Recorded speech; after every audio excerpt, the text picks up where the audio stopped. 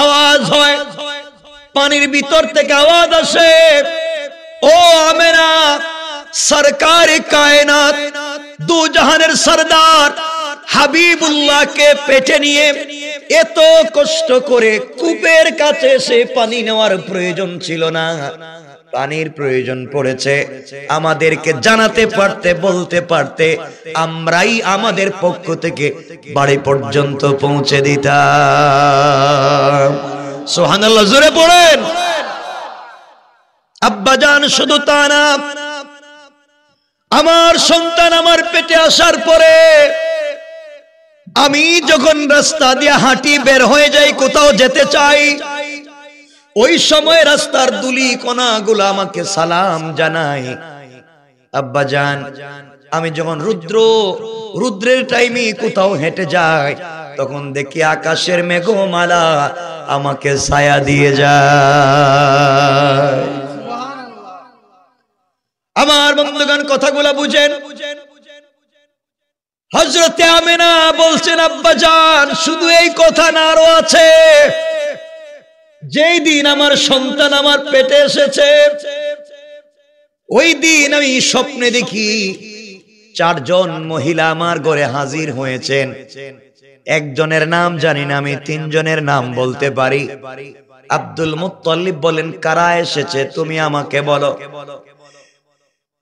আমেনা বলছেন, আব্বাজান, আমার সন্তান পেটে আসার পরে যেই 3 জন মহিলাকে আমি চিনি, একজন এসেছেন হযরতে ঈসা আলাইহিস সালাতু ওয়াস সালামের মা মারইয়াম। আরেকজন মহিলা এসেছেন, তিনি হলেন ফেরাউনের স্ত্রী হযরতে আসিয়া। আব্বাজান, আরেকজন মহিলা এসেছেন, তিনি মুসার বোন কুলসুম। তারা এসে আমার কপালে চুম্বন করলেন আর ডাক দিয়া বললেন, আমেনা, তোমার পেটে সরকারে কায়নাত এসেছেন, আহলান সাহলান জানাতে এসেছি, জান্নাতে তিনি আমাদের স্বামী হবেন। তোমার কাছে রব আমানত পাঠিয়ে দিচ্ছেন, খবরদার সরকারে কায়নাতের সঙ্গে কোনোভাবে বেয়াদবি করা যাবে না। কোন সুবহানাল্লাহ। কথাগুলা বুঝবেন। এই রাসূলের বরকত কেমন ছিল। এক পর্যায়ে নবীজি যখন পৃথিবীতে আগমনের সময় হয়ে গেল, এই ঘটনাগুলা বললে আমরা 40 বছরে যেতে পারবো না, এই জন্য সংক্ষেপ করে করে সামনের দিকে যাই। সরকারে কায়নাত যেদিন পৃথিবীর জমিনে আগমন করবেন, আমেনা বলতে লাগলেন, যেদিন বিশ্বনবী পৃথিবীর জমিনে আগমন করেছেন, দুনিয়ার মহিলাদের সন্তান জন্ম নিলে ব্যথা হয়, কষ্ট হয়, সন্তান নাপাক তাকে পরিষ্কার করতে হয়। কিন্তু যেই দিন আমার কলিজার টুকরা সন্তান পৃথিবীতে আগমন করেছে, সাধারণ দুনিয়ার নারীদের মতো আমার কষ্ট হয় নাই, আমার ব্যথা হয় নাই, আমার সন্তান অপবিত্র ছিল না। আর আমার সন্তান পৃথিবীতে একমাত্র কেবলমাত্র নার কাটা, নাবি কাটা অবস্থায় পৃথিবীতে আগমন করেছে। কোন সুবহানাল্লাহ। আমেনা বললেন, সন্তান পৃথিবীতে জন্ম নিয়া তাশাহুদের সূরতে বসে শাহাদাত আঙ্গুলি উপর দিকে যখন ইশারা করে দিয়েছে, কি যেন বলছে আমি জানি না, রব বুঝাতে চাইলেন, শোনো রে, গোটা দুনিয়া অন্ধকার ছিল, আমি আমার বন্ধুর জন্মের মাধ্যমে শাহাদাত আঙ্গুলি উপরে ইশারা করবার মাধ্যমে গোটা দুনিয়াকে তার রহমতের মাধ্যমে আলোকিত করে দিয়েছি। কোন সুবহানাল্লাহ। উনি হচ্ছেন আমার নবী, আপনার নবী, বিশ্ব নবী। দুনিয়ার জমিনে আগমন করলেন। আগমন করবার পরে কি বুঝাতে চাই ভালো করে শুনেন। সর্বপ্রথম নবীজি জন্মের এই খবরটা আবু লাহাবের কাছে পৌঁছে গেল। তার দাসী খবর নিয়ে বুঝাইয়া দিল, আপনার ভাতিজা হয়েছে, আব্দুল্লাহর ছেলে হয়েছে, আব্দুল্লাহ পৃথিবীতে নাই। আবু লাহাব এই খবর শুনে নিজের দাসীকে আজাদ করে দিয়েছে, নিজের বাদীকে আজাদ করে দিয়েছে, তো খুশি হয়েছে। নবীজির জন্মে তো খুশি হওয়ার পরেও আবুল আহাব জান্নাতি না জাহান্নামী? কথা বলেন। আবুল আহাব নিজের বাদীকে, দাসীকে আজাদ করে দিয়েছে, নবীজির জন্মের খবর শুনে এত খুশি হয়েছে, এর পরেও জাহান্নামী। এর কারণ হলো তার জিন্দেগিতে রাসূলের সিরাত ছিল না। ঠিক কিনা বলেন? এজন্য শুধুমাত্র কেবলমাত্র আশিক রাসূল হলে চলবে না, আমাদের বাস্তব জীবনে রাসূলের সুন্নতকে বাস্তবায়িত করতে হবে। ঠিক কিনা আওয়াজ করে বলেন। আমার বন্ধুগণ, আব্দুল মুত্তালিব আমার নবীজিকে কুলে নিলেন, উঠানের ভিতরে নিয়া দুলনায় রেখে দিলেন, দুল খাওয়াচ্ছেন। হঠাৎ করে তাকায়া দেখেন আসমানের দিকে, আসমানের চন্দ্র এবং সূর্যগুলা দ্রুত গতিতে নিচের দিকে আসতেছে। চিৎকার শুরু করে দিলেন, কান্না শুরু করে দিলেন। এখন কি হবে? কেউ বলেছেন আবু তালিবের কথা, কেউ আব্দুল মুত্তালিবের কথা, কেউ বলেছে আমার ভাতিজার কি হবে, কেউ বলেছে আমার নাতির কি হবে। কাছাকাছি চলে এসেছে। এমন সময় তাকায়া দেখে আর আসে না, নবীজির কাছাকাছি আসে না। ওখানে আসার পরে দেখা যায় ওলা থেমে গিয়েছে। আর নবীজি যখন মাথাটা নড়ায় তখন আসমানের চন্দ্র নড়তে থাকে। আমার নবীজি যখন হাত পা নাড়ায় তখন আসমানের তারকাগুলা নড়ে। এর কারণ কি ভালো করে বুঝবেন। হযরতে আমেনা নবীজিকে কোলে নিয়ে একদিন কান্না করে বলছেন, আল্লাহ, আজ যদি আমার স্বামী বেঁচে থাকতেন, আমার স্বামী পৃথিবীতে বেঁচে থাকলে আমার সন্তানটাকে কোলে নিয়া, আমার সন্তানটাকে কোলে নিয়া হয়তো মক্কার বাজার থেকে, উক্কাজের মেলা থেকে, মাজান্না থেকে খেলনা নিয়ে আসতেন, ছোট্ট বাচ্চাটার জন্য কোনো খেলনা নিয়ে আসতেন। আজ আমার সন্তানের পিতা নাই, এই জন্য কেউ কিছু নিয়ে আসে না। আল্লাহ বুঝাইয়া দিলেন, আমিনা রে, তোমার স্বামী মুহাম্মদের বাবা আব্দুল্লাহ পৃথিবীতে বেঁচে থাকলে নবীজির জন্য কি খেলনা নিয়ে আসতো। হয়তো সে প্লাস্টিকের কোনো খেলনা, মাটির কোনো খেলনা, কাঠের কোনো খেলনা নিয়ে আসতো। আর আমি আল্লাহ আমার বন্ধুর জন্য আসমানের চন্দ্র সূর্যগুলাকে খেলার সাথী বানাইয়া দিয়েছি। সুবহানাল্লাহ, জোরে পড়েন। আপনাদের কষ্ট হচ্ছে মনে হইতেছে। আমার বন্ধুগণ, একদিন হযরতে আমেনা কাঁদতেছেন আর ডাক দিয়া বলছেন আল্লাহ। রবকে ডেকে তিনি বলতেছেন, তার সৃষ্টিকর্তাকে তিনি ডেকে বলতেছেন, আজ যদি আমার স্বামী আব্দুল্লাহ বেঁচে থাকতেন, আমার ছেলেকে নিয়ে হয়তো ঘুরাইতে যেতেন, কোথাও যেতেন, ঘুরতে যেতেন, মক্কায় যেতেন, তায়েফে যেতেন, সাফা মারওয়ায় যেতেন, কত জায়গায় ঘুরতে নিয়ে যেতেন। আমার ছেলের বাপ নাই, কেউ আমার ছেলেটাকে কোথাও ঘুরতে নিয়ে যায় না। আল্লাহ জানাইয়া দিতে চাইলেন, আমেনা, আব্দুল্লাহ বেঁচে থাকলে মুহাম্মদকে আর কোথায় নিয়ে যেত? হয়তো সে মাজান্নায় নিয়ে যেত, না হয় উক্কাজের মেলায় নিয়ে যেত। আর কোথায় নিয়ে যাবে? জায়গা নাই। আর আমি আল্লাহ আমার বন্ধুকে ভালোবেসে শুধু দুনিয়ায় সফর করাতে চাই না রে আমেনা।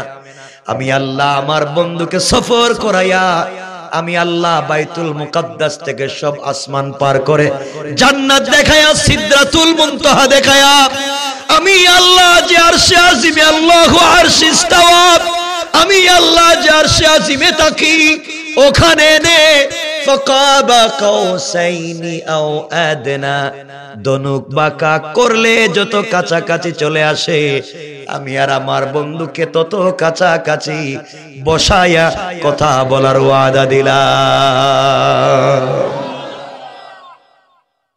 আমার বন্ধু করে নিছিলেন আমার নবী। এই রাসূল বড় হতে লাগলেন, দীর্ঘক্ষণ চলতে থাকতে গেলেন। আমরা যদি এই কথাগুলা বলি মূল আলোচনায় যেতে পারবো না। এই জন্য ধরেন নবীজি বড় হয়ে গিয়েছেন, 40 বছর হয়ে গিয়েছে, মধ্যখানের এগুলা আমাদের জন্য সিরাত নয়, আমাদের অনুসরণের কিছু নাই। নবীজি 40 বছরে পৌঁছে গেলেন। এবার নবীজির কাছে আল্লাহ জানাইয়া দিতে চান, বন্ধুরে তোমার কাছে আমি রব তাওহীদ দিতে চাই, রিসালাত দিতে চাই। নবীজির কাছে আল্লাহ দায়িত্ব পাঠাইয়া দিতে চায়। আমার বন্ধুগণ, নবীজিকে দাওয়াতের জন্য আল্লাহ তৈরি করতে লাগলেন। দাওয়াত দিতে গেলে কম পক্ষে 2টা জিনিস লাগে। এক নাম্বার হলো কিছু ক্ষমতা লাগে, কিছু পাওয়ার লাগে। ক্ষমতা ছাড়া সব জায়গায় দাওয়াত দেওয়া যাবে? বলেন। নবীজির তো ক্ষমতা নাই। 2 নাম্বার, দাওয়াত দিতে গেলে পয়সা লাগে। দূর দূরান্ত পর্যন্ত দাওয়াতে যেতে হলে টাকা খরচ হবে। নবীজি গরিব, কোথায় পাবেন? আল্লাহ রাব্বুল ইজ্জত ওয়াল জালাল বন্ধুকে দুটো জিনিস দিলেন। আল্লাহ বুঝাতে চাইলেন, বন্ধুরে ও বন্ধু, দ্বীনের দাওয়াত দেওয়া কষ্টের ব্যাপার, দ্বীনের দাওয়াত দেওয়া কষ্টের ব্যাপার।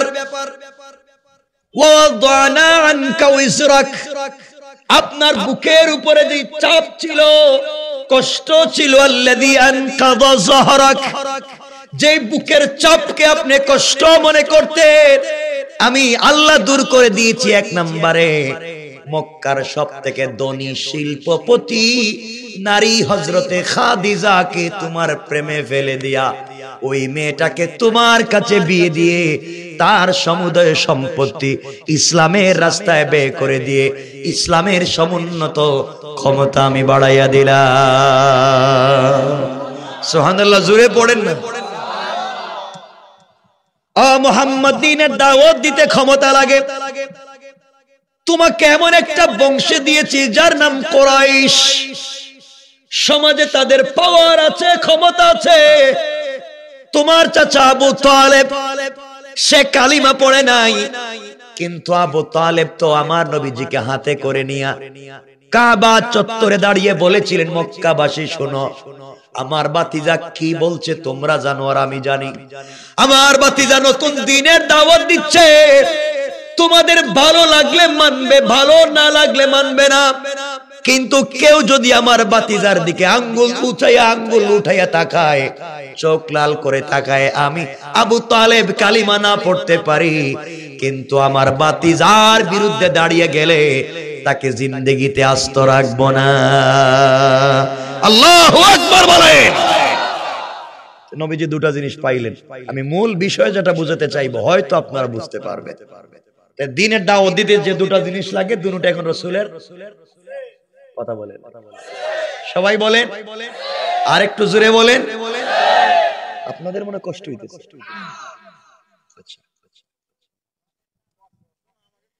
আছে, মনে রাখবেন। এবার রাসূল দ্বীনের দাওয়াত দিবেন, রব তৈরি করে দিলেন। এবার রাসূলের কাছে ওহী আসা শুরু হচ্ছে। কথাগুলো বুঝবেন, যেহেতু সিরাত কি বুঝাতে চায়। আমার নবীজি নবুয়ত লাভের আগেও আল্লাহকে ডাকতেন, ধ্যান করতেন, গারে হেরায় বসে বসে ধ্যান করতেন। নবীজি গারে হেরায় বসে বসে ধ্যান করতেছেন। হঠাৎ করে একদিন তাকাইয়া দেখেন, নবীজি যখন জিকির করতেছেন রবের নামে, তাকাইয়া দেখেন আসমান জমিনের মধ্যখানে নূরের মিম্বরে বসে কে যেন আমার নবীকে ইয়া মুহাম্মদ, ইয়া মুহাম্মদ বলে ডাকতেছে। নবীজি আশ্চর্য হয়ে গেলেন। এই হেরা গুহায় কেউ নাই, আশেপাশে কোনো মানুষ নাই, আসমান জমিনের মধ্যখানে নূরের মিম্বরে কে বসে আমাকে ডাক দে। ভয়ে ঠেলায় বাড়িতে পৌঁছে গেলেন। খাদিজাকে এসে বলছেন, খাদিজা আমার ভয় হচ্ছে, কে যেন আমাকে ডাক দিয়া মুহাম্মদ বলে আমার নাম জানলো কেমনে, আমার ভয় হচ্ছে। হযরতে খাদিজা সাধারণ কোন নারী ছিলেন না, জ্ঞানীও ছিলেন, চালাক এবং সচেতন ছিলেন। তিনি ডাক দিয়ে বললেন, স্বামীরে আপনাকে দেখে, আপনাকে পরীক্ষা করে আমানতদারি বুঝে আপনার 21 অথবা 25 বছর বয়সে আমি 45 বছরের একজন বৃদ্ধা আপনাকে বিয়ে করেছি। আপনাকে আমি 40 বছর এখন আপনার হয়ে গিয়েছে। আমি 21 থেকে আপনাকে 19 অথবা 25 থেকে আপনাকে দেখতেছি এই 15 বছর। আপনাকে ভালো করে আমি চিনি। আমার মন বলছে কোন জিন্নাত এবং শয়তান আপনাকে ধোঁকা দিতে পারে না, নিশ্চয় আল্লাহর কোন রহমতের ফেরেশতা হবে।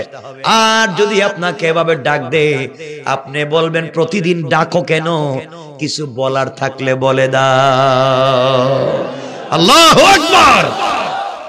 সাপোর্ট দিচ্ছেন স্ত্রী, কারণ আপনি যত বড় পীর হন, যত বড় বুজুর্গ হন, কেউ না জানলে আপনার বউ জানে আপনি কত নম্বরের পীর। ঠিক না জোরে কোন? আপনি পাবলিকের কাছে যত বড়ই বুজুর্গ হন, আপনার বউ জানে আপনি কত নম্বরের পীর নাকি টাটকা শয়তান। এজন্য আমার বন্ধুগণ, রাসূল পাক সাল্লাল্লাহু আলাইহি ওয়াসাল্লাম আবার পৌঁছে গেলেন। কিছুদিন পরে দেখেন নূরের মিম্বরে বসে কে ডাক দিয়ে বলছে, ইয়া মুহাম্মদ। এবার নবীজির মনে পড়েছে স্ত্রীর কথা। স্ত্রী তো বলেছেন কেউ ধোঁকা দিতে পারে না, আমি কেন কথা বলি না। নবীজি দাঁড়াইয়া বলেন, কে তুমি? আমারে ডাক দাও, কিছু কও না কেন? কেমনে আমারে চিনো? জিবরিল আমিন বলছেন, ইয়া রাসূলুল্লাহ। আল্লাহু আকবার। নবীজি চিন্তায় পড়ে গেল, আমার রাসূল বলে কেন? ইয়া রাসূলুল্লাহ, আমি আল্লাহর পক্ষ থেকে জিবরিল আমিন এসেছি। এই মুহূর্তে আল্লাহ আপনার কাছে কোরআন নাযিল করে আল্লাহর তাওহীদ এবং আপনাকে রিসালাত দিয়ে নবী এবং রাসূল হিসেবে স্বীকৃতি দিতে চায়। আল্লাহু আকবার। আপনাকে সমাজের দায়িত্ব নিতে হবে, গোটা দুনিয়ার মানুষের চরিত্রের পরিবর্তন করতে হবে, জাহালত দূর করে দিতে হবে, শয়তানি বদমাইশি হামলা সব দূর করে দিয়ে আল্লাহর জমিনে আল্লাহর দ্বীন কায়েমের দায়িত্ব নেওয়া লাগবে। ঠিক কি না বলেন? সুতরাং যুবকদেরকে বলছি, শুনো, আল্লাহর জমিনে আল্লাহর দ্বীন কায়েম করতে গেলে হামলা আসবে, মামলা আসবে, অস্তিত্ব সংকটে আসবে, ভয় ভীতি আসবে, পিছনে চলে গেলে চলবে না। ঠিক কি না বলেন? তোমাকে আমাকে দাঁড়িয়ে থাকতে হবে। আমার বন্ধুগণ, সামনে গেলে বুঝবেন কি বুঝাতে চাই। রাসূল পাক ইসলামের কাছে জিবরিল আমিন এসে বলছেন, ইয়া রাসূলুল্লাহ, আপনি পড়েন ইকরা। নবীজি বলেন, ওটা তো আমি পারি না। জিবরাইল বলছেন, বলেন না ইকরা। নবীজি বলছেন, আমি পারি না। আবার বলছেন ইকরা। নবীজি বলছেন, কি বলছো? আমি পারি না। জিবরাইল আল্লাহকে বলছেন, আল্লাহ, আপনি এত বিশাল কোরআন, যা পাহাড় নিতে চাইলো না, আসমান জমিন নিতে চাইলো না, কেউ নিতে চাইলো না, কোরআন দিয়েছেন আপনি এমন একজনের কাছে, উনি ইকরাই বলতে পারেন। রব ডাক দিয়ে বলেছেন, জিবরাইল, যাকে আমার জমিনে প্রতিনিধি বানাতে চাই, যাকে আমার পরে সমাজের দায়িত্ব দিতে চাই, তাকে ভাবে আমি কষ্ট দিতে চাই না, কিতাবের মুখাপেক্ষী রাখতে চাই না।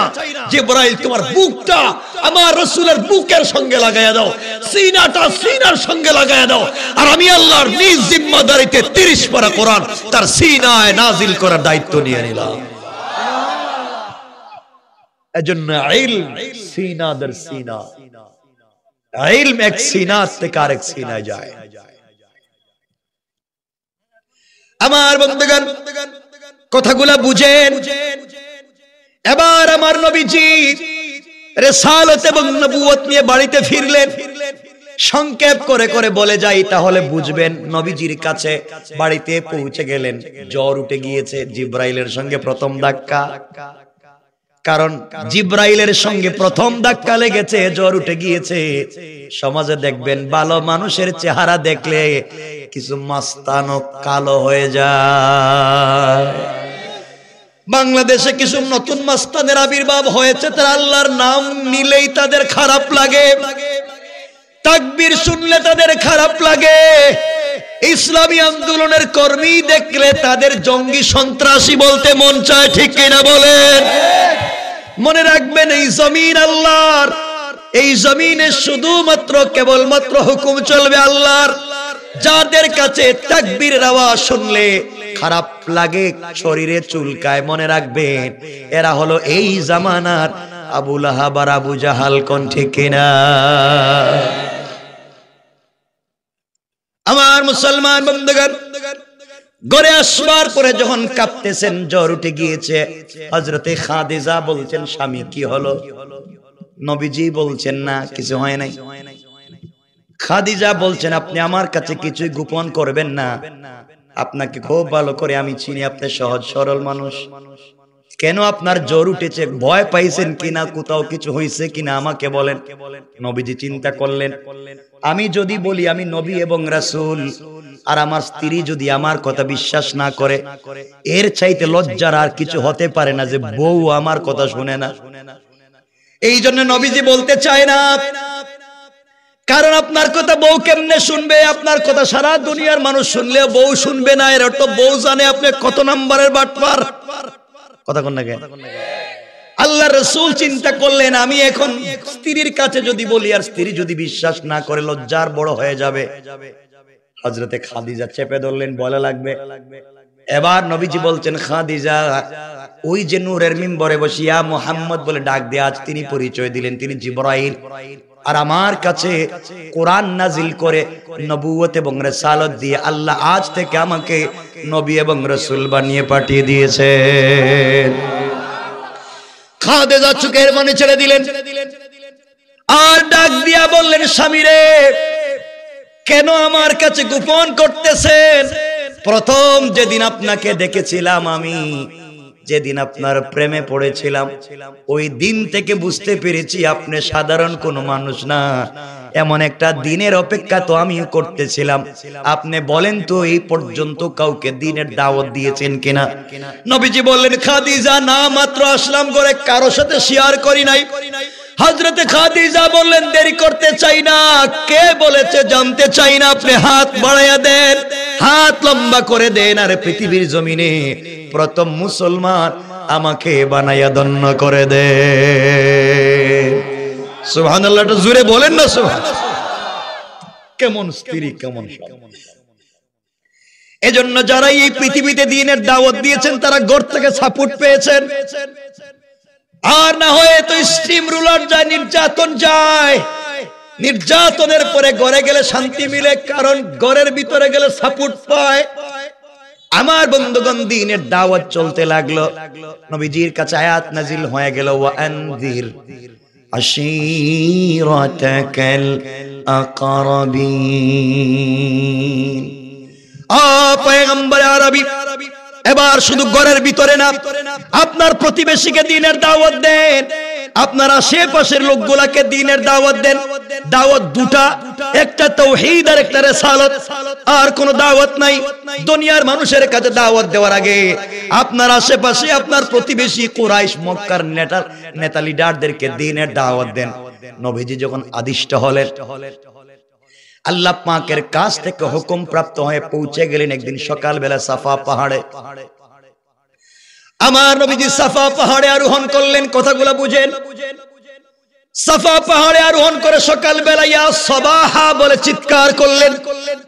আরবের রীতি ছিল, কেউ যদি সকালবেলা উঁচা জায়গায় উঠে ইয়া সাবাহা বলে ডাক দেয়, তাহলে মহা বিপর্যয়, কোনো বিপদ সংকেত, আশ্চর্য কোনো খবর হবে।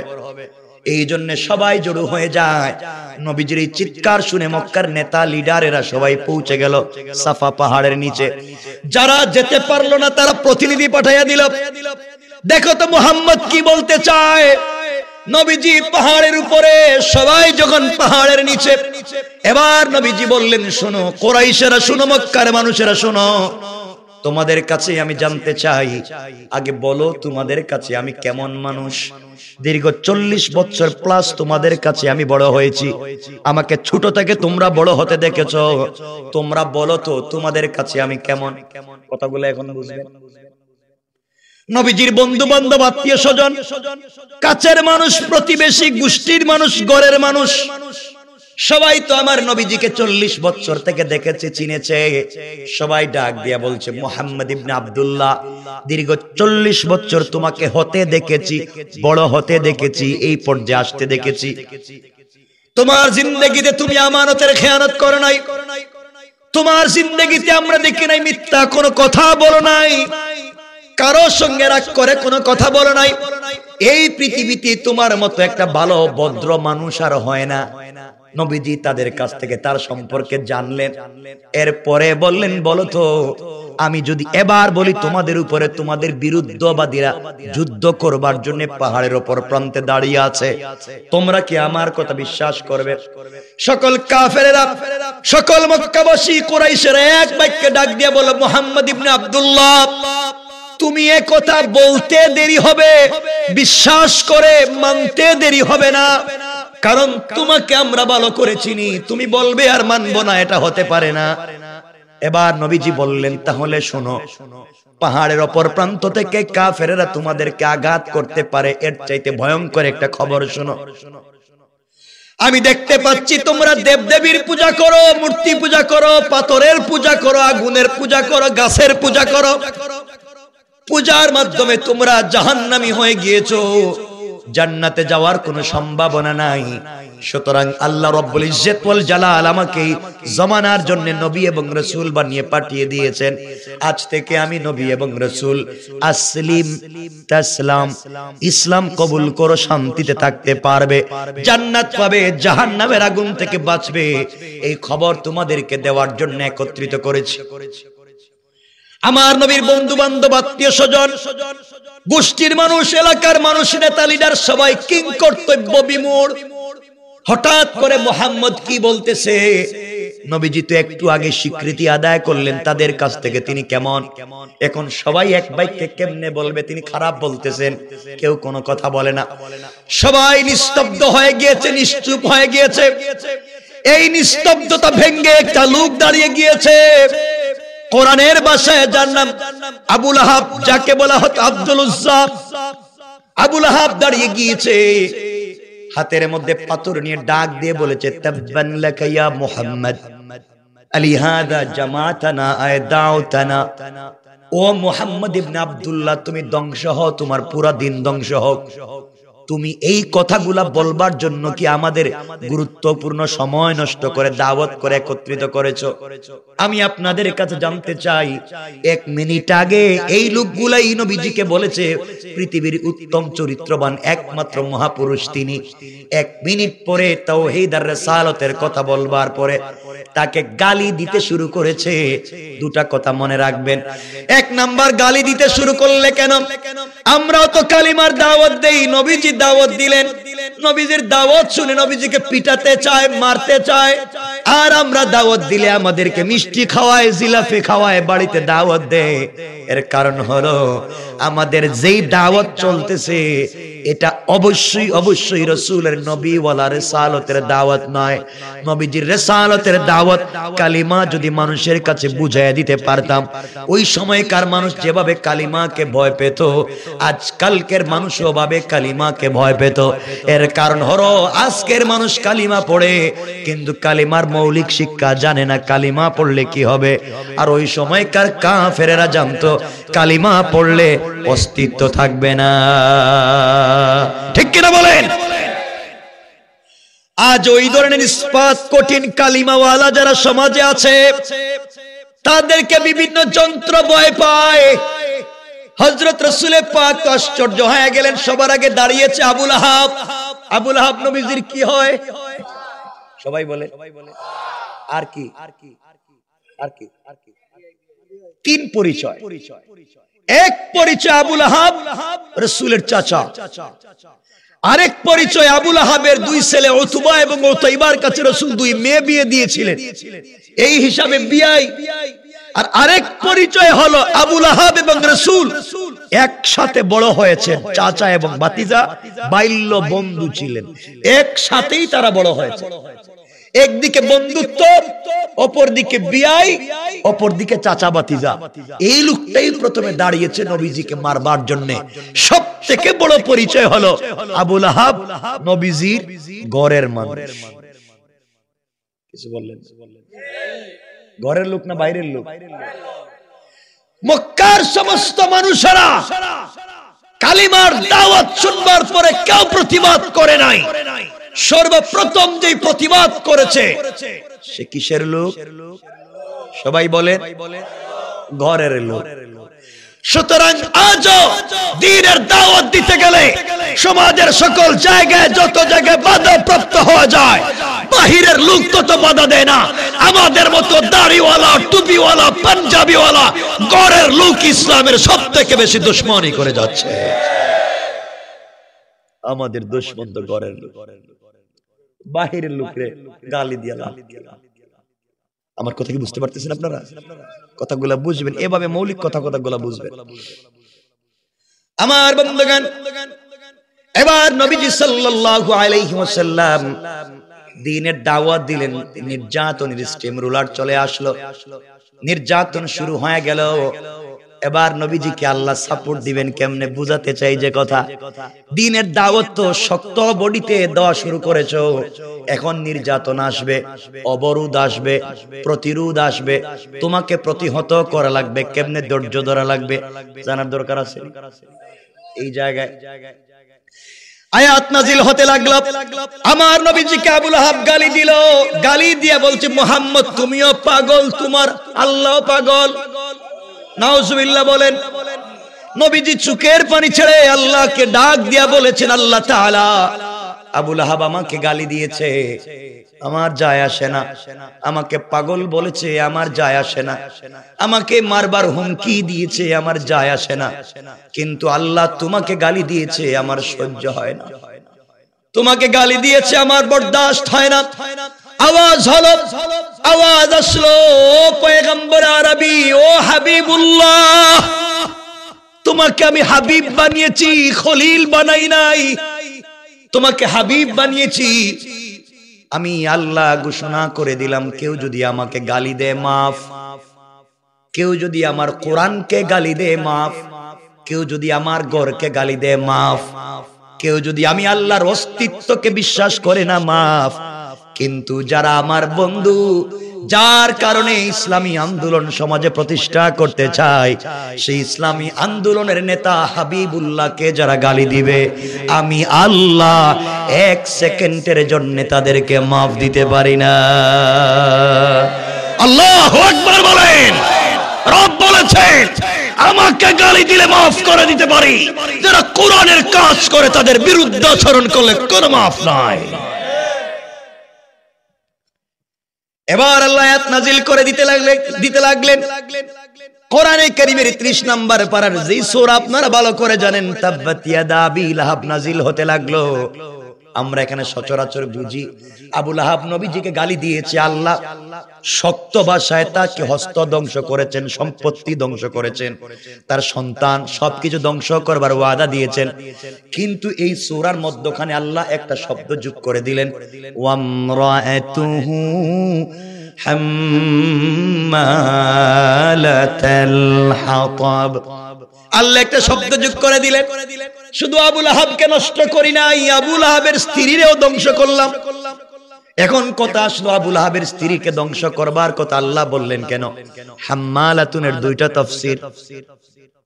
কেউ কেউ বলেছেন আবু লাহাবের স্ত্রী উম্মে জামিল রাস্তায় রাস্তায় ঘুরে বেড়াতো, আর যেখানে যেত নবীজির বদনাম করত, নবীজিকে গালি দিত, নবীজির গীবত শিকায়ত সমালোচনা করত। আল্লাহ সহ্য করতে পারলেন না। হাম্মালাতুন শব্দের আরেকটা ব্যাখ্যা হলো, সে নবীজিকে কষ্ট দেওয়ার জন্য জঙ্গল থেকে কাঁটাওয়ালা বস্তু এনে নবীজি যেই পথ দিয়ে বের হয়ে দ্বীনের দাওয়াত দিতেন ওই পথে ফেলে দিত। আল্লাহ বলছেন হাম্মালাতুন, এই মহিলাকেও ধ্বংস করে দিয়েছেন। সুতরাং চিন্তার কোনো কারণ নাই, ভয়ের কোনো কারণ নাই। লা তাহজান, যারা দ্বীনের কাজ করো, তোমাদেরকে আমাদেরকে যারা গালি দেয়, আমাদের পথে যারা বাধা দেয়, কেউ না থাকলেও আমাদের সঙ্গে আছেন কে? এবার যখন এই আয়াত নাজিল হয়ে গেল, কথাগুলা বুঝেন, এখানে অনেকগুলা কথা, আমরা সেদিকে যাব না। উম্মে জামিল হাতের মধ্যে পাথর নিয়েছে, কাদের মধ্যে পাথরের দুইটা বস্তা নিয়েছে, নবীজিকে আঘাত করে মেরে ফেলার জন্য। বলেন না নাউজুবিল্লাহ। সিদ্দিকে আকবর রাসূলের কলিজার টুকরা প্রিয় বন্ধু সাহাবী আবু বকরকে সঙ্গে নিলেন। আমার নবী সঙ্গে নিয়ে কাবা চত্বরে গিয়া আবু বকর বসে পড়লেন, নবীজি আবু বকরের রানের উপরে মাথা রেখে শুয়ে পড়লেন। এবার নবীজি কোরআন থেকে তিলাওয়াত করে যায়। আবু বকর তেলাওয়াত গুলা শুনতেছেন আর নবীজির চেহারা মুবারকের দিকে তাকায় আছেন। আবু বকর সিদ্ধান্তে উপনীত হলেন, একবার আসমানের সূর্যের দিকে তাকায় আর একবার নবীজির চেহারা মুবারকের দিকে তাকায়। এই সিদ্ধান্তে তিনি পৌঁছে গেলেন, আসমানের সূর্য গভীর রাত্রের আসমানের চন্দ্র পূর্ণিমার চাঁদ আর তারকার চাইতে আমার নবীর চেহারার লাবণ্যতা আল্লাহর বেশি দিয়েছেন। কোন সুবহানাল্লাহ।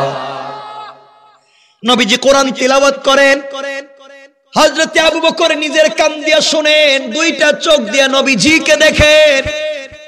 এমন সময় আবু বকর তাকায়া দেখেন একজন মহিলা হাতের মধ্যে পাথর নিয়ে আসতেছে নবীজিকে মেরে ফেলবার জন্য।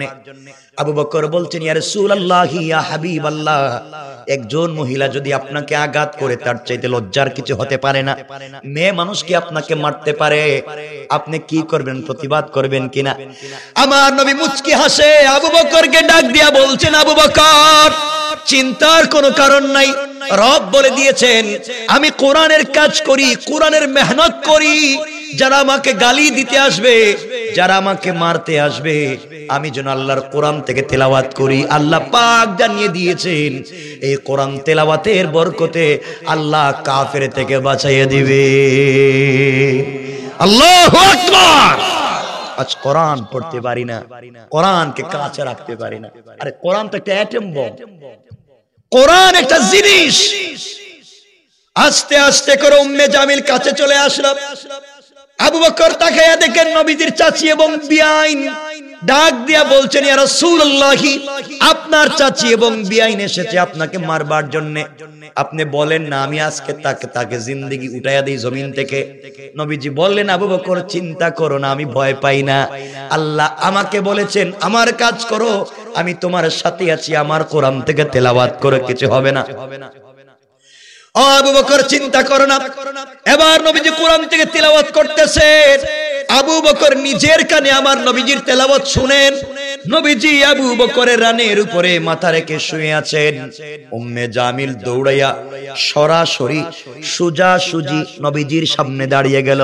নবীজি সাল্লাল্লাহু আলাইহি ওয়াসাল্লামের সামনে দাঁড়ায়া আবু বকরকে ডাক দিয়া বলছি, আবু বকর, গোটা মক্কা খুঁজলাম, তোমার বন্ধুকে পেলাম না। এখানে একা একা বসে আছো, বলো না তোমার বন্ধু কোথায়? আল্লাহু আকবার বললেন না? আর একটু জোরে বলেন না আল্লাহু আকবার। আবু বকর আশ্চর্য, আমার রাসূল আমার রানের উপরে মাথা রেখে শুয়ে আছে, আমি দুইটা চোখ দিয়ে দেখতে লাভত আমি শুনি উম্মে জামিল নবীজির সামনে দাঁড়াইয়া নবীজিকে দেখে না। ব্যাপার কি? হেফাজত করতেছেন কে? আবু বকর বললেন, তোমার বাতিজা, তোমার বিয়াই, তুমি মারতে আসছো, তুমি খুঁজে দেখো কোথায় আছে। আমার বন্ধুগণ, উম্মে জামিল খুঁজতে লাগলো, পুরা কাবা চত্বর খুঁজে পেল না। আবার নবীজির সামনে দাঁড়ায়া আবু বকরকে বলছে, আবু বকর, তোমার বন্ধুকে খুঁজলাম, কোথাও পেলাম না, তাকে জানাইয়া দিও মক্কার কোথাও পেলে আমি তাকে আস্ত রাখবো না। আবু বকর মনে মনে ভাবতেছে, আহারে তোর সামনে তুই নিজেই দেখোস না, আবার নবীজিকে মারবে। গালি গালি করে হুমকি দিয়ে চলে গিয়েছে। আবু বকর আমার নবীকে জড়াইয়া চোখের পানি ছেড়ে ডাক দিয়া বলছেন, ইয়া রাসূলুল্লাহ, আপনি বলেন না কেমনে কেমনে আপনাকে উম্মে জামিল দেখলো না, আমাকে দেখলো। এবার নবীজি মুচকি হাসি দিয়া কপালে চুম্বন করে বলছেন, আবু বকর, আল্লাহ বলে দিয়েছেন, বন্ধু আমার, কোন কাফের কোন বেঈমান যখন আপনাকে আঘাত করবার জন্য আসবে, ওই সময় আপনি আমি আল্লাহর কোরআন থেকে তেলাওয়াত করবেন। আমি আল্লাহ হিজাবাম মাসতুরা, আকাশ থেকে একটা গোপন পর্দা পাঠাইয়া ওই কাফের আর আপনার মধ্যখানে পার্টিশন সৃষ্টি করে দে। আল্লাহু আকবার বলেন। কোরআন কারণ কষ্ট হচ্ছে আপনাদের? কষ্ট হচ্ছে? আমি কিছুক্ষণ কথা বলবো, একটু হাত দেখান তো দেখি কার কার কষ্ট হচ্ছে। আরে হচ্ছে বলছি তো, আপনাদের কন্ডিশন বুঝবার জন্য। হচ্ছে? কষ্ট হয়? আওয়াজ করে বলেন কষ্ট হয়? তাকবীর দেন, লিল্লাহে তাকবীর। আওয়াজ করে বলেন লিল্লাহে তাকবীর, নারে তাকবীর। আমার বন্ধুগণ, নবীজিকে মারবার জন্য কৌশল করছে। নবীজিকে মারবে কেমনে? এই যে কোরআন কেমনে বাঁচাতে পারে বুঝতে পারছেন? বুঝতে পারছেন? আরেকটু সহজ করে বুঝাইয়া দেই, আরেকটু সহজ। এজন্য কিচ্ছু লাগবে না। গোটা দুনিয়ায় দ্বীন কায়েম করেছেন শুধু কোরআনের দ্বারা।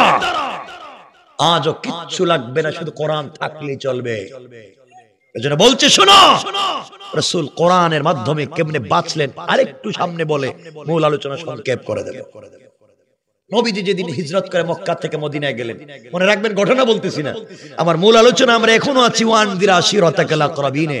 শুধু আসছি কোরআন কেমনে বিরুদ্ধবাদীদেরকে আক্রান্ত করে কোরআনের পক্ষের শক্তিকে বিজয় দেয়, আমরা সেটাই বুঝবো ইনশাআল্লাহ। বলেন, নবীজি যেদিন হিজরত করে মক্কা থেকে মদিনায় চলে যাবেন, রাত্রবেলা জিবরিল আমিন রাসূলকে উঠালেন, ইয়া রাসূলুল্লাহ সফর শুরু করেন ইয়াসরিবের দিকে, সফর শুরু করেন মদিনার দিকে। আমার বন্ধুগণ, নবীজি ঘুম থেকে উঠে গেলেন, কাপড় পরলেন, 2 রাকাত সালাত পড়লেন, ঘর থেকে বের হয়ে যাবেন।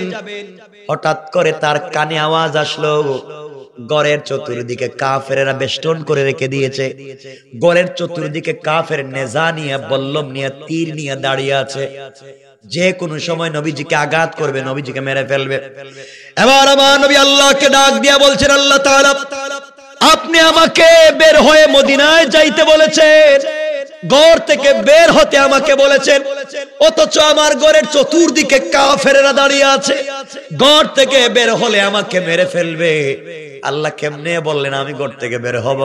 আল্লাহ জানাইয়া দিলেন, বন্ধুরে তুমি আমার হুকুম পালন করে কোরআন সঙ্গে নিয়ে বের হওয়ার দায়িত্ব তোমার, আর হেফাজতের জিম্মাদার স্বয়ং আমি আল্লাহ। এবার নবীজি তৈরি হয় দরজার কাছে গেলেন, দরজার কাছে গিয়ে আল্লাহকে ডাক দিয়া বলছেন, আল্লাহ আমি তো বের হয়ে চলে যেতে চাই তোমার উপরে ভরসা করে, ওয়ালাকিন লিয়াতমাইন্না কলবি, কিন্তু অন্তরে প্রশান্তি পাচ্ছি না। কোন প্রটেক্ট ছাড়া, কোন উপকরণ ছাড়া আমি কেন ঘর থেকে বের হব? আল্লাহ বলেন, বন্ধু তুমি কি কোন উপকরণ চাও? আয় আল্লাহ অবশ্যই, কেন চাইবো না। আল্লাহ বলেন, বন্ধু এক কাজ করো, কিছু কঙ্কর হাতে নাও, বালি হাতে নাও, পাথর হাতে নাও, এক মুষ্টি কঙ্কর অথবা বালি অথবা পাথর হাতে নিয়ে আমার কোরআন থেকে তিলাওয়াত করে ওই বালি, কঙ্কর অথবা পাথর গুলা দরজা খুলে কাফেরদের উপরে নিক্ষেপ করো। এর মাধ্যমে ওরা চোখে দেখবে না, তুমি সরাসরি মদিনায় পৌঁছে যাবে। নবীজি বলেন, আল্লাহ আপনি বলেন কি? কঙ্কর মারমো যেদিকে সেদিকেই তো যাবে। কাফের তো ঘরের চতুর্দিকে, ডাইনে বামে সামনে পিছে চতুর্দিকে কাফের, যে কোনো সময় আমাকে আক্রান্ত করতে পারে। আমি মারলে তো একদিকে যাবে, চতুর্দিকে কেমনে যাবে?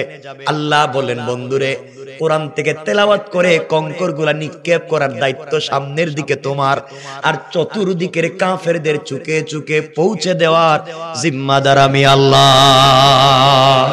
আল্লাহু আকবার। আল্লাহ বুঝাতে চান, তোমার সর্বস্ব দিয়ে চেষ্টা করো, কিন্তু চেষ্টা করলে পিছনে মারতে পারবে না। তোমার দায়িত্ব হচ্ছে চেষ্টা করা, আর মঞ্জিলে মকসুদ পর্যন্ত পৌঁছে দেওয়ার জিম্মাদার আমি আল্লাহ।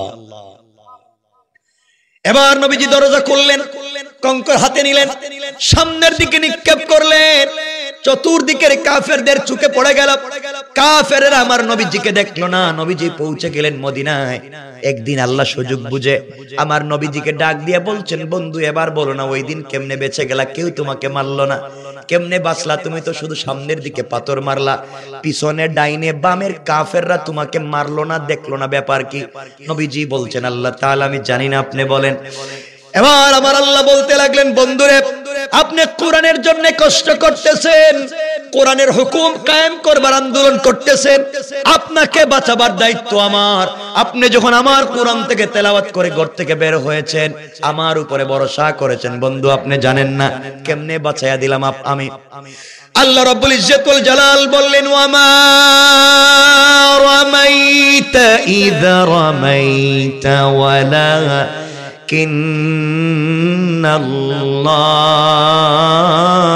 রামা। আল্লাহ রাব্বুল ইজ্জত ওয়াল জালাল জানায়া দিলেন, বন্ধুরে তুমি যখন পাথরগুলো নিক্ষেপ করতে গিয়েছো আমার উপরে ভরসা করে কোরআন সঙ্গে নিয়া, তুমি মনে করেছো এটা তোমার হাত। না না, তোমার হাত থাকে নাই, ওটা আমি আল্লাহর কুদরতের হাত হয়ে গিয়েছে। আর আমি আল্লাহ আমার হাত দিয়া কাফেরদের চুকে চুকে পৌঁছে দিয়েছে। কোন সুবহানাল্লাহ, আল্লাহু আকবার বলেন। বাঁচাইয়া দিয়েছেন কে? আরো জোরে আওয়াজ করে বলেন কে? আল্লাহ আছেন, বলেন আছেন। আজও আমাদেরকে বাঁচাইয়া দিবেন। শর্ত একটাই, একটাই শর্ত। রাসূল পাককে আল্লাহ বলেছেন, মা তাকুমুর রাসূলু ফাখুযুহু ওয়া মা নাহাকুম আনহু ফান্তাহু। আমার রাসূল যা নিয়ে এসেছেন তা তোমরা আঁকড়ে ধরো, রাসূল যা ছাড়তে বলেছেন তা চিরতরে ছেড়ে দাও। কথা বুঝতে পেরেছেন? আমার বন্ধুগণ, নবীজি দ্বীনের দাওয়াত দিচ্ছেন মক্কায়। টাকা আছে না নাই? কিছু কয় না কেন? টাকা পাইলেন কোথায়? আল্লাহ বলছেন, ওয়াদানা আনকা উইসরাক। আপনার বুকের মধ্যে বোঝা ছিল, বোঝা, তিনটা বোঝা।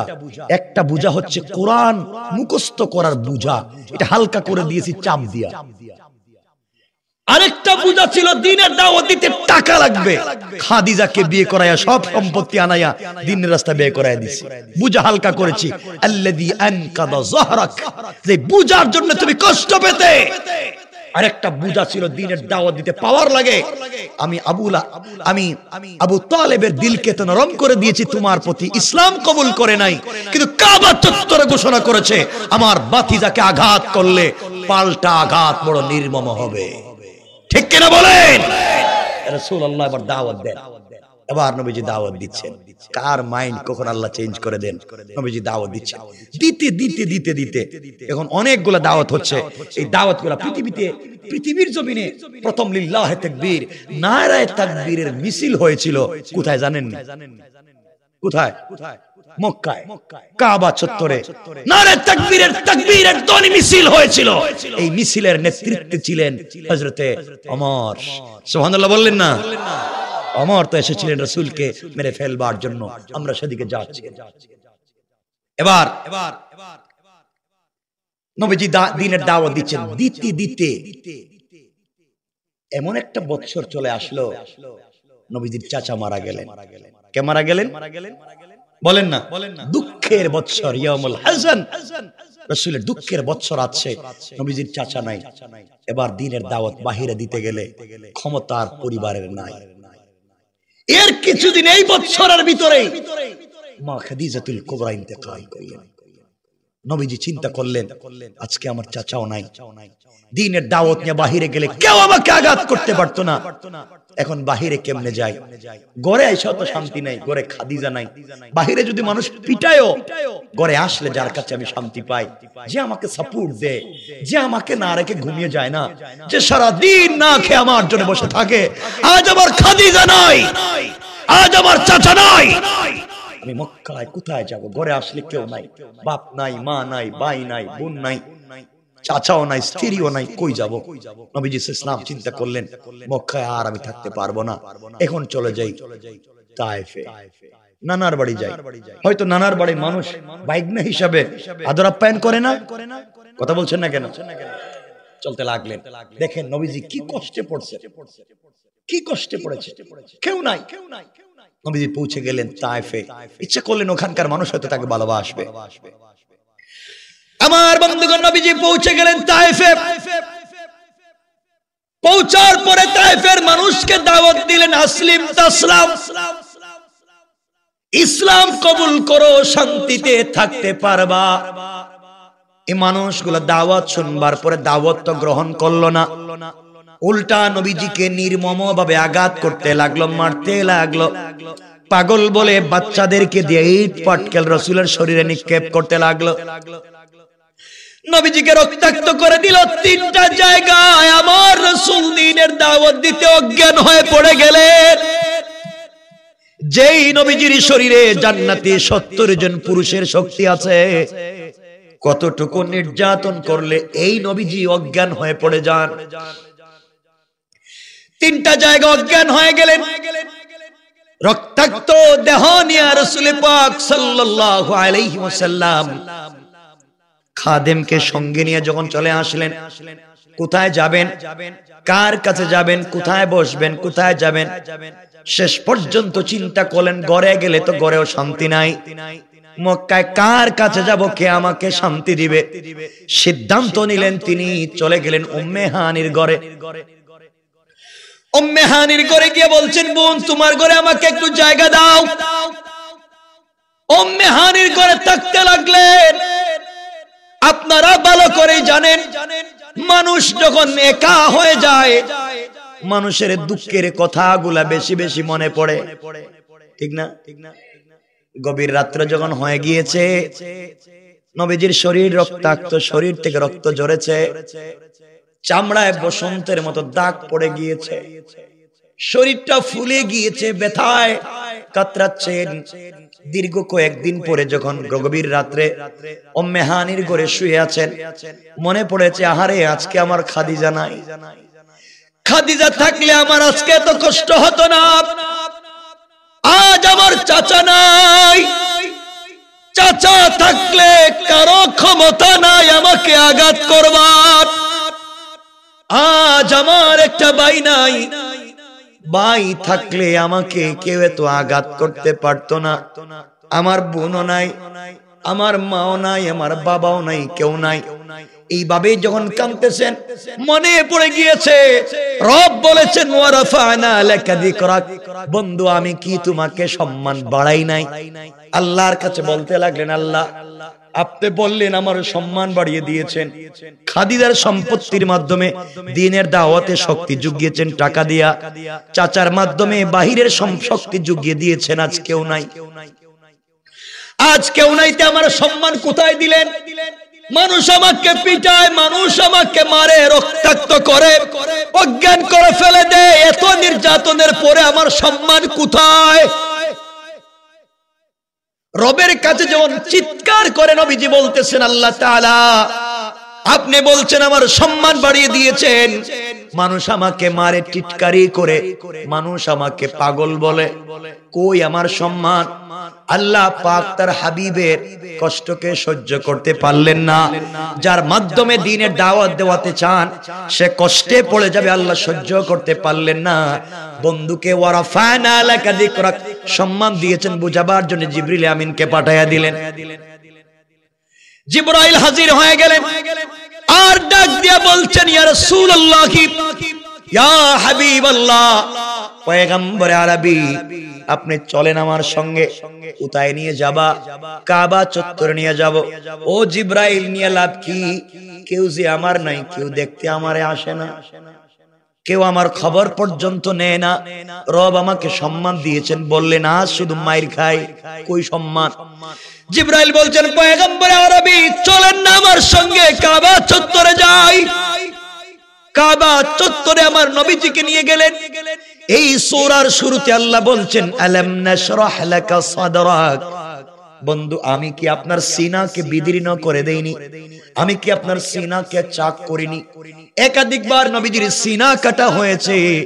ওই শেষবার জিবরিল আমিন নিয়ে গেলেন, কাবা চত্বরে নিয়ে গেলেন, নবীজিকে শুয়ালেন, বুকটা কেটে ফেললেন, কি যেন কালো বের করলেন, জমজমের পানি দিয়ে ধুইলেন, আবার ভিতরে ঢুকাইয়া দিলেন, স্বর্ণের তস্তরিতে করে জান্নাতি মখমল কাপড় দিয়া পেঁচাইয়া কি যেন আনলেন।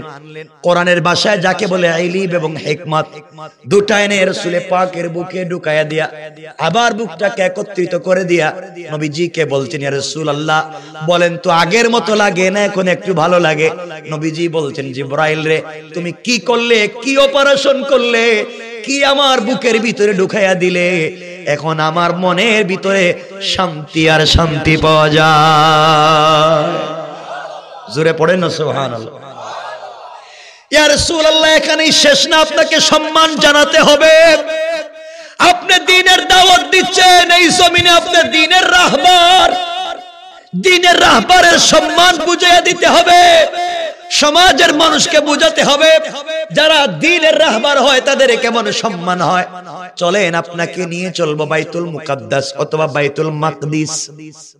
রাসূল পাককে নিয়ে চললেন বাইতুল মুকাদ্দাসে। ওখানে আগে থেকে আল্লাহ আদম থেকে ঈসা পয়গম্বর পর্যন্ত সকলকে একত্রিত করেছেন। নবীজি সাল্লাল্লাহু আলাইহি ওয়াসাল্লাম ওখানে পৌঁছে গেলেন। যাওয়ার পরে কেউ 2 রাকাত নামাজ পড়াবে। কেউ বলেছেন বাবা আদম, আদম সফিউল্লাহ, আপনি 2 রাকাত সালাত পড়ান। কেউ বলেছেন ইব্রাহিম খলিলুল্লাহ, আপনি 2 রাকাত সালাত পড়ান। কেউ বলছেন মুসা কালিমুল্লাহ, আপনি 2 রাকাত সালাত পড়ান। কেউ বলছেন ঈসা রূহুল্লাহ, আপনি 2 রাকাত সালাত পড়ান। আল্লাহ জিবরাইলকে জানায়া দিয়েছেন, জিবরাইল রে, রহমতের ফেরেশতাদেরকে পাঠালাম, সকল নবীদেরকে একত্রিত করলাম। আমি আমার বন্ধুকে বলেছি ওয়ারাফানা লাকা যিকরাক, আমি কি সবার উপরে আপনার সম্মান দেইনি?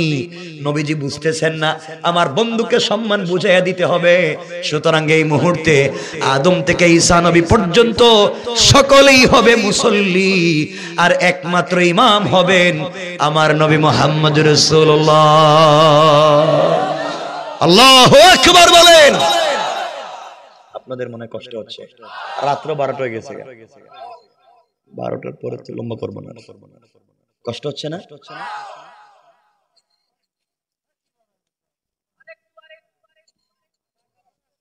না কষ্ট হচ্ছে?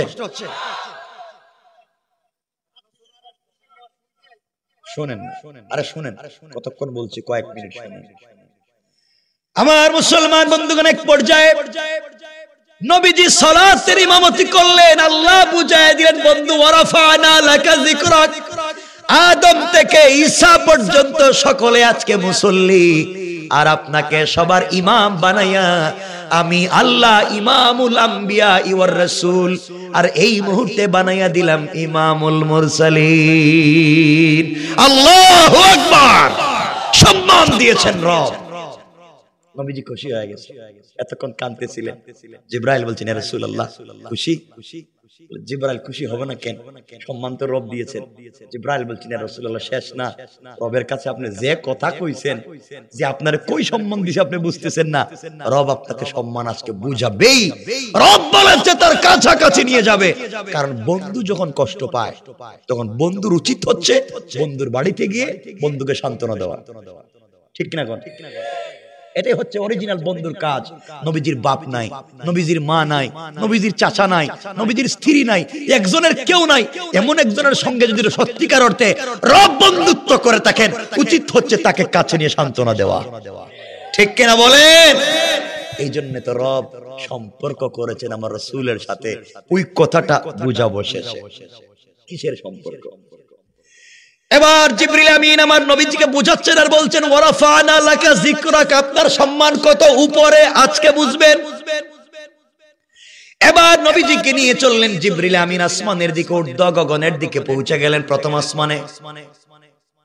প্রথম আসমানের দরজায় যাওয়ার পরে জিবরাইল সালাম দিয়ে বলছেন, কে আছো? যান আসমানের প্রহরী, দরজা খুলে দাও। তারিখে ইবনে জারির তাবারিতে লিখে, এমন সময় আসমানের প্রহরীরা ডাক দিয়ে বলছে, আপনি কে?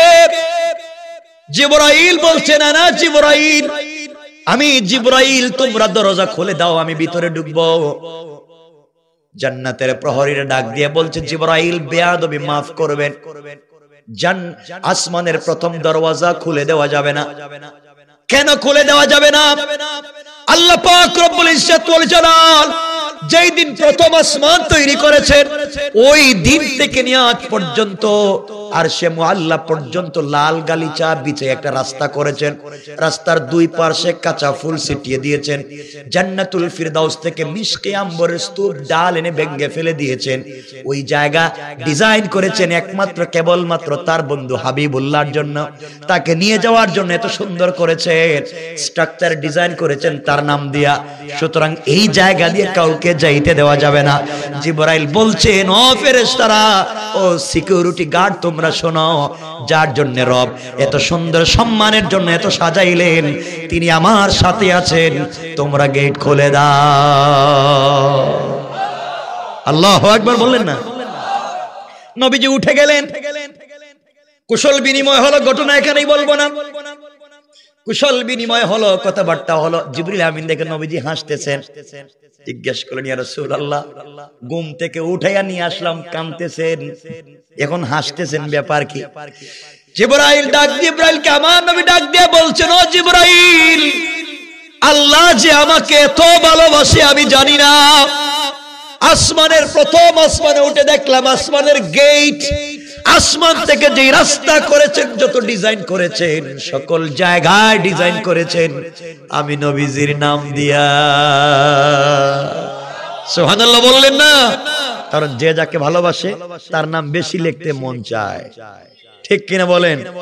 নবীজির আল্লাহর ভালোবাসার প্রিয় পাত্র রাসূল পাক তার নাম দিয়ে ডিজাইন করে দিয়েছেন। সুবহানাল্লাহ।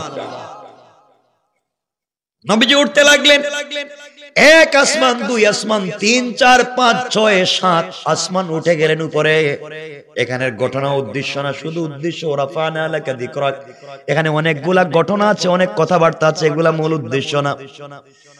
নবীজি সকম আসমানের উপরে উঠে জিবরিল আমিন আমার নবীজিকে নিয়ে চললেন সিদরাতুল মুনতাহার দিকে। সিদরাতুল কুল গাছ, বড়ই গাছ, মুনতাহা মানে ইন্তেহা, সৃষ্টির শেষ প্রান্তরে রব একটা গাছ লাগাইয়া দিয়েছেন। নবীজি গাছের কাছে গেলেন। জিবরিল আমিন পিছন দিকে শুনেন মুচকি হাসির আওয়াজ শোনা যায়। নবীজির দিকে তাকায়া জিবরাইল বলছেন, ইয়া রাসূলুল্লাহ, আপনি এত খুশি হয়ে এত জোরে হাসলেন কেন? জিবরাইলকে আমার নবী ডাক দিয়ে বলছেন, ও জিবরাইল, আল্লাহ যে আমাকে এত ভালোবাসে কেমনে আমি বুঝাবো?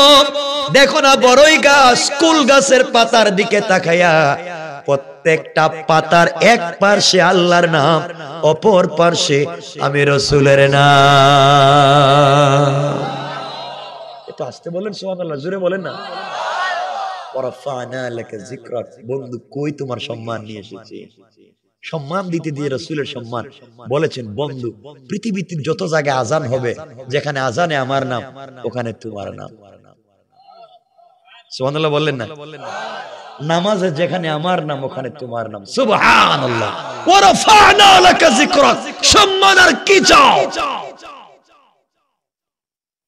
বড়ই গাছ, এই সিদরাতুল মুনতাহা যে বড়ই গাছ, এক একটা বড়ই মটকার মতো বড়, 70 মণ ওজনের, আর এক একটা পাতা হাতির কানের চাইতেও বড়। আসতে বলেন সুবহানাল্লাহ। আমার বন্ধুগণ, নবীজি দেখলেন, ঘুরলেন, খুব খুশি। সিদরাতুল মুনতাহা দেখলেন, এত ডিজাইন করা, স্ট্রাকচার এত সুন্দর, সব যেন নিজের নাম দিয়ে সাজাইছেন রব। আস্তে আস্তে জিবরিল আমিন কাছে এসে বলছেন, এখানে তারিখী 4-5টা রিওয়ায়াত আছে। আবারও বলছি, তারিখী 4-5টা রিওয়ায়াত আছে। কেউ কোনটাকে গ্রহণযোগ্য, কেউ কোনটাকে অগ্রহণযোগ্য। আমরা একটা রিওয়ায়াত নিব, একটা কথা বলবো, লম্বার দিকে যাব না।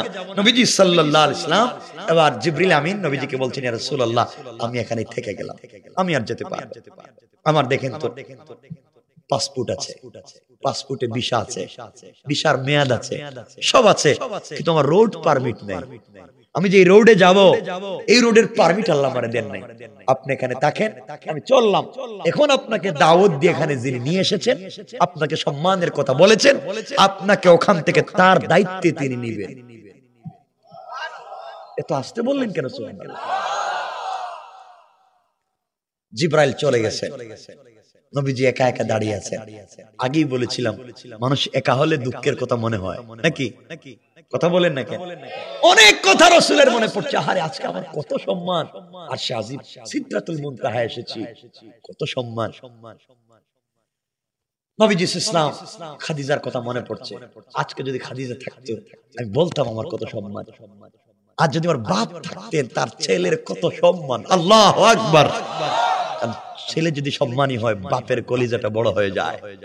আজ আমার বাপ নাই, মা নাই, কেউ নাই, রাসূল কষ্ট পাচ্ছেন, অপেক্ষা করতেছেন, চলে যাবেন আরশে মুআল্লা, আরশে আজিমে। এমন সময় চোখ পড়েছে পায়ের দিকে। তারিখ ইবনে জারির তাবারিতে লিখে, চোখ পড়েছে রাসূলের পায়ের দিকে।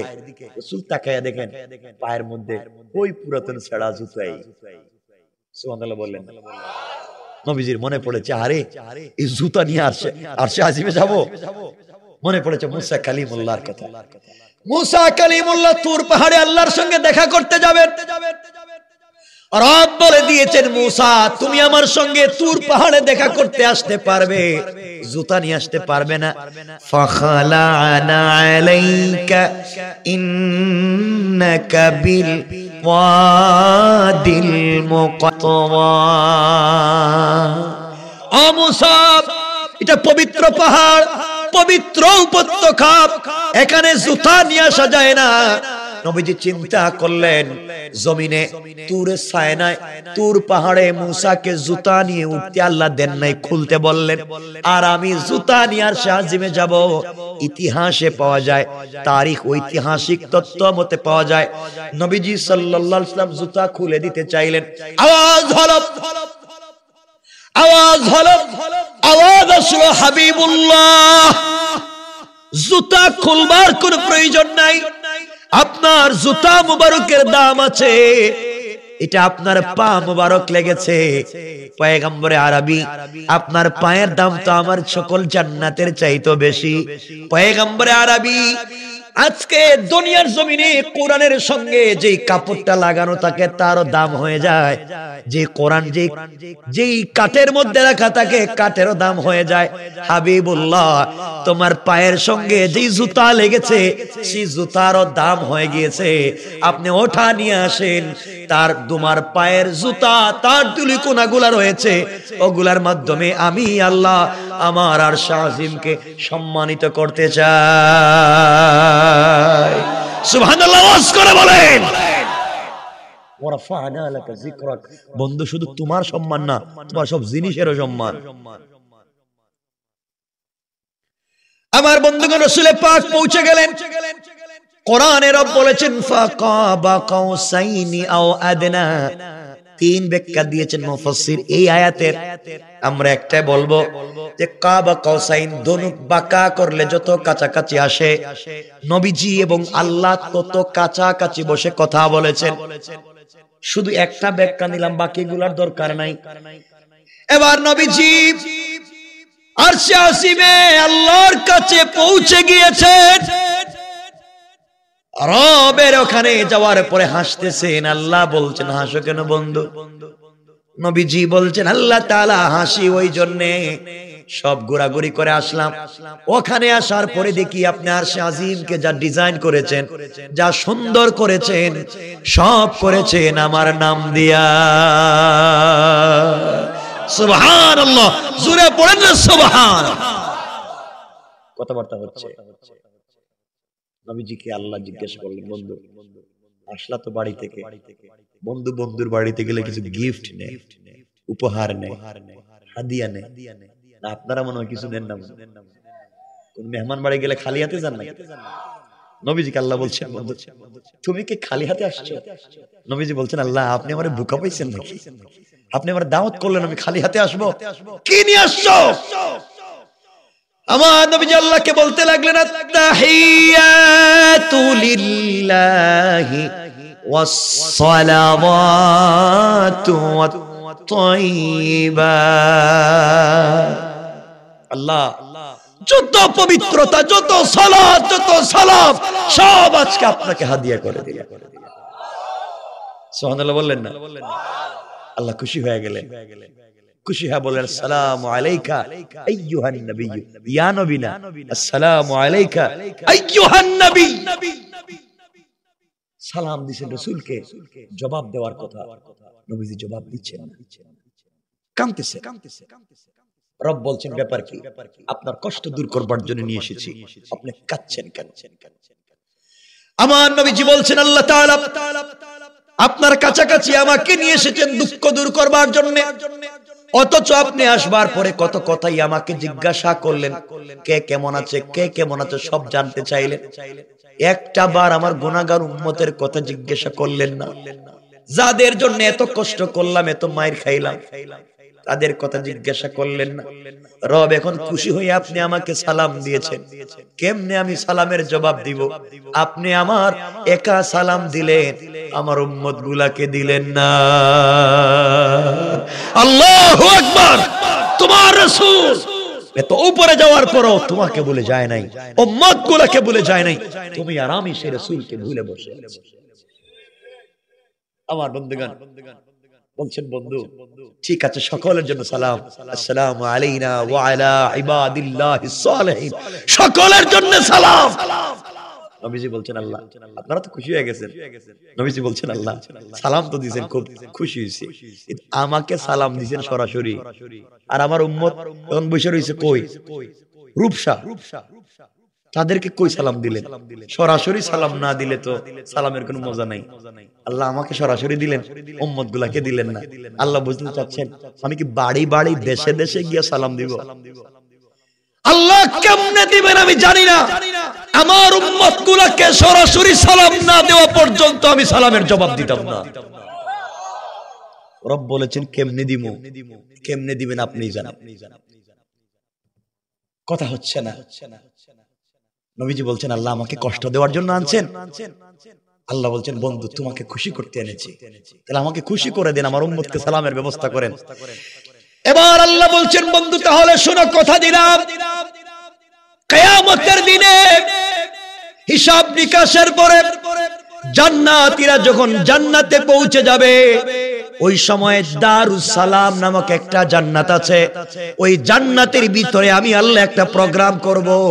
ওই প্রোগ্রামে তোমার উম্মতেরা থাকবে চেয়ারে বসা, আর আমি আল্লাহ দাঁড়ায়া দাঁড়ায়া সরাসরি সালাম দেওয়ার ওয়াদা দিলাম। আমার কথা আল্লাহ কোরআনে বলছেন তাহিয়াতুহুম ইয়াওমা ইয়ালকাউনাহু সালাম। বন্ধুরে তোমার উম্মতের সঙ্গে আমার যখন প্রথম সাক্ষাৎ হবে, তাদেরকে আমি আল্লাহ বসার জন্য জান্নাত দারুস সালামের চেয়ার দিব, ওরা বসে থাকবে, আর আমি দাঁড়ায়া দাঁড়ায়া তাদেরকে সালাম দেওয়ার ওয়াদা দিলাম। আল্লাহু আকবার। নবীজি খুশি হয়ে গেলেন। এবার কথা শুরু হয়েছে, এখানে কিছু গোপন কথা বলছেন রব, শুধু গোপন কথা। দেখেন ইশারায় কিছু কথা বলে। দুই দোস্ত বসে আছে রেস্টুরেন্টে, মানুষ বসে আছে কয়েকশো, এক দোস্ত আর এক দোস্তকে বলে, দোস্ত ওই যে পরশুদিন বলছিলাম মনে আছে? ও বলে মনে আছে তো। কেউ বুঝে নাই, তারা বুঝছে, ঠিক না? রব এখানে তার বন্ধুর সঙ্গে ইশারায় কথা বলেছেন, দোস্ত এই যে বলছি কাফ হা ইয়া আইন সাদ তা সিন মিম ইয়াসিন আলিফ লাম মিম আলিফ লাম রা, এগুলো রব বুঝেছে, আর রবের বান্দা আমার রাসূল বুঝেছেন। আল্লাহু আকবার বলেন। সাংকেতিক চিহ্নে কথা বলেছে, কথা চলতে আছে, কথা চলতে আছে, তাদের কথা চলতে আছে, এভাবে চলতে থাকুন। এখন গেছেন, মা হারাইছেন, বাপ হারাইছেন, বউ হারাইছেন, চাচা হারাইছেন, সবাইকে হারাইয়া কষ্ট করে গেছেন, রবের সঙ্গে কথা বলতেছেন। তিনি কথা বলতে থাকেন, ওরা ফাআনা আলাকা যিকরাক, সম্মানটা কত দূরে আল্লাহ নিয়ে গিয়েছেন বুঝাতে চান। যারাই দ্বীনের কাজ করে, যারা ইসলামের কাজ করে, যারা কোরআন সুন্নাহর কাজ করে, আমি রব তাদেরকে সম্মান দিতে পারি। সুতরাং এখন রবের সঙ্গে রাসূলের কথা হচ্ছে, ওখানেই কোথায় একটু বলেন না, আমরা কই? রূপসা। আমরা রূপসাই থাকি, রাসূল ওখানেই থাকুক। রাত্র 12টার উপরে আর কথা বলা যাবে না, আর আজকে লম্বা করা যাবে না, কথা এখানে রেখে দিতে চাই। 12টার উপরে এটা আমিও বুঝছি, এটা আমিও বুঝছি, কিন্তু ফজরের নামাজ মানুষ পড়বে না এই জায়গায়, ঠিক ঠিক আছে, দোয়া থাকলো সকলের জন্য, কথা এখানে রেখে দিলাম।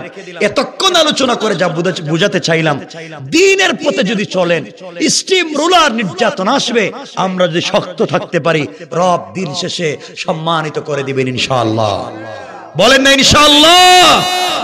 আল্লাহ আমাদের সবাইকে কবুল করুক, সকলে বলেন আমিন। কথা এখানে রেখে দিলাম। আমার জন্য দোয়া চাই, আপনাদের জন্য, দিন থেকে দোয়া থাকবে।